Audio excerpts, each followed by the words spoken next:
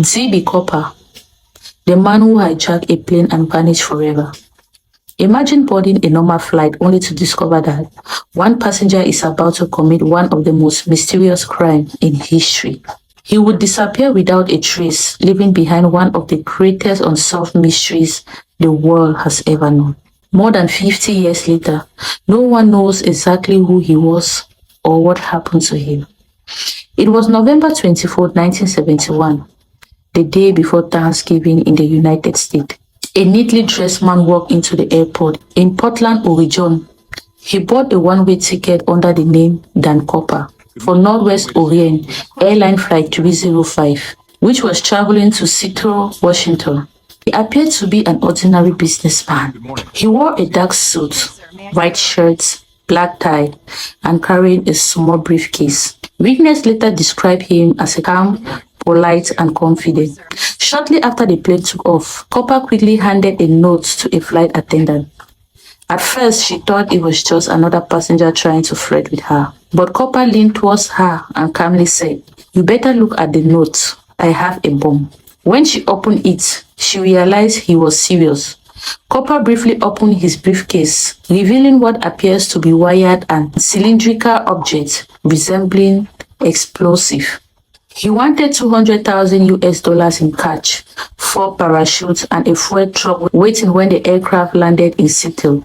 Remarkably, he remained calm throughout the flight. He even ordered a drink, paid for it, and treated the crew politely. When the plane landed in Seattle that evening, authorities followed his instructions. The passengers were simply released. The ransom money and parachute were delivered.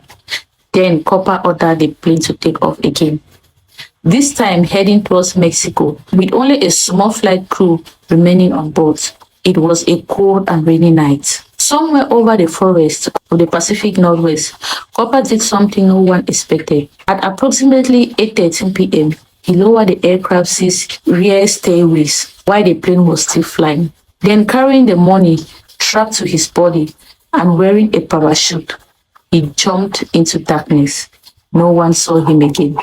When the aircraft landed, Copper had vanished. The investigation that followed became one of the largest in FBI history. Hundreds of agents searched forests, rivers, and mountains. Thousands of suspects were investigated over decades. Yet, no confirmed trace of DB Copper was ever found. Then, in 1980, an 8-year-old boy named Brian Ingram made a surprising discovery while vacationing with his family along the banks of the Columbia River. He found several bundles of badly damaged $20 bills buried in sand. Investigators confirmed they were part of Copper's ransom money that he demanded. But that discovery only deepened the mystery. How did the money get there? Did Copper survive the jump, or did nature carry the catch to that location years later? Experts remain divided. Some people believe Copper died that night he jumped because the weather was freezing, the terrain was rude, and the parachute under such conditions was extremely dangerous. Others believe he was an experienced skydiver who planned everything carefully and escaped successfully, living out the rest of his life under different identity. Despite decades of investigations, documentaries, books, and countless theories, no definitive answer has ever been found. In 2016, after 45 years of investigation, the FBI officially suspended active work on the case so it could focus on higher priority investigations. Yet, the mystery remained unsolved. Who was DB Copper? Did he survive one of history's most daring escape?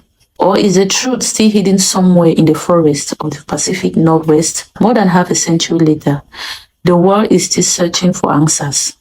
Perhaps the greatest mystery isn't how he escaped. It is whether anyone will ever discover what really happened that unforgettable night. Please do not forget to like, share, and drop a comment below. Let me know your thought in the comment section and let me know which story you want me to tell it next.